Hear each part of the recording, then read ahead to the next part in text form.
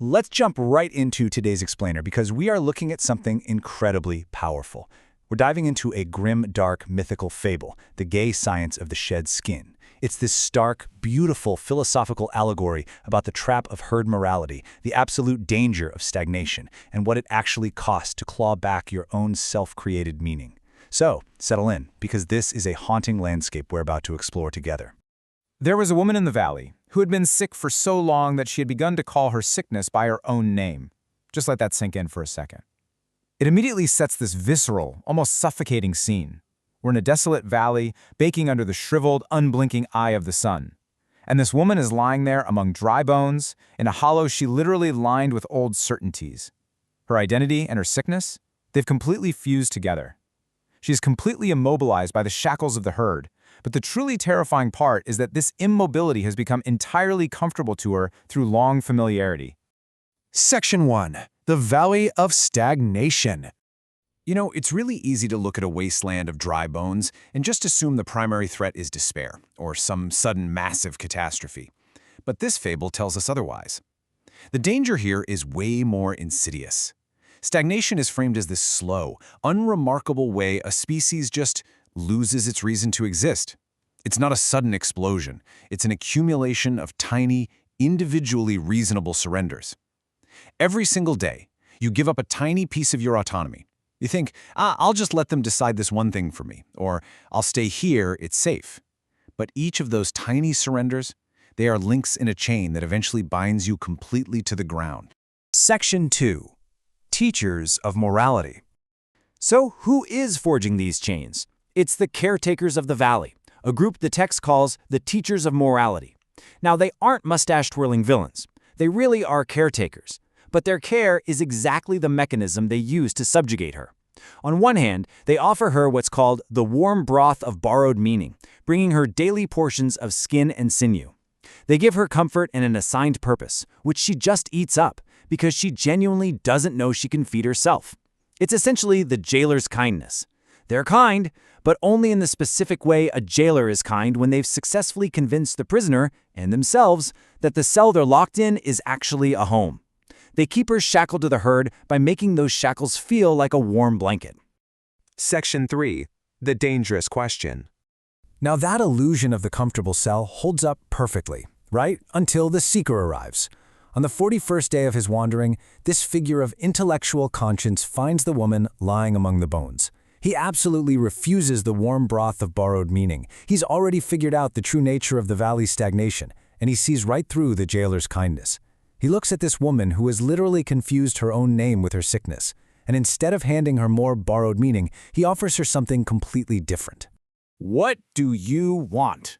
That's it, just 4 words. But notice how the seeker purposefully ignores all the framework set up by the teachers. He doesn't ask what she's owed. He doesn't ask what she deserves according to the rules of the herd. He cuts right to the core and demands to know her innermost self-actualized desire. What does she want? And the teachers are absolutely terrified of this question. Why? Well, first, she considers it for a long time because nobody has ever asked her that before. But the second reason is the explosive one. The second you know what you truly want, you instantly notice this massive aching distance between your desire and your current reality. You see the gap between what you want and what you've been handed. And finally, recognizing that gap completely threatens the entire structure of the Teachers of Morality. It shatters the illusion. The cell is no longer a home. So after this agonizing silence, grappling with a question that unravels her whole world, she finally answers, "I want," she says, "to dance." The dramatic impact of this is just massive. Keep in mind, this is a woman who hasn't moved her physical body in 11 years.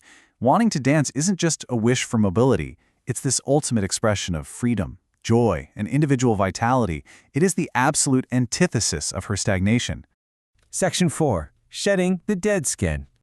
But here's the thing, just wanting it isn't enough, right? To dance, she actually has to move and go through this deeply painful physical and metaphorical recovery.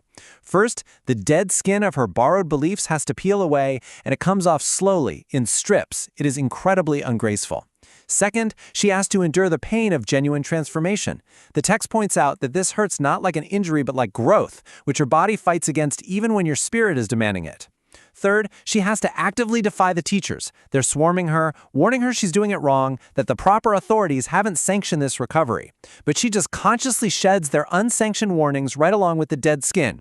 Until finally, step 4, she stands for the very first time entirely on her own bones. Section 5. The Gay Science. Now, when she stands up, she looks around. And guess what? The valley hasn't magically changed. The bones are still dry, the sky is still that oppressive color of old ash.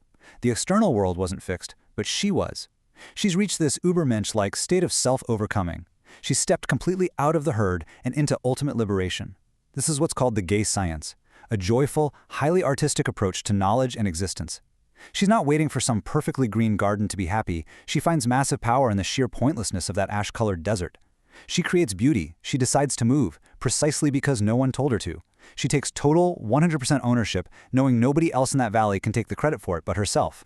And so, she acts. She danced that first time, alone, among the bones of the forgotten. Just picture that visual for a second. Out there under the shriveled eye of the sun, completely surrounded by the remnants of those who just surrendered to the stagnation, she moves. And the text makes it a point to tell us that it was not graceful. I mean, after 11 years of paralysis, how could it be? But that lack of aesthetic perfection doesn't matter at all. What matters is that it was entirely, unapologetically hers. To really grasp the magnitude of this moment, we have to contrast her self-actualized joy against those rigid systems she left behind. The teacher's morality is basically false power. It's a grace bestowed by an authority, it requires permission, and because somebody else gave it to you, they can easily take it away. But contrast that with her own grace.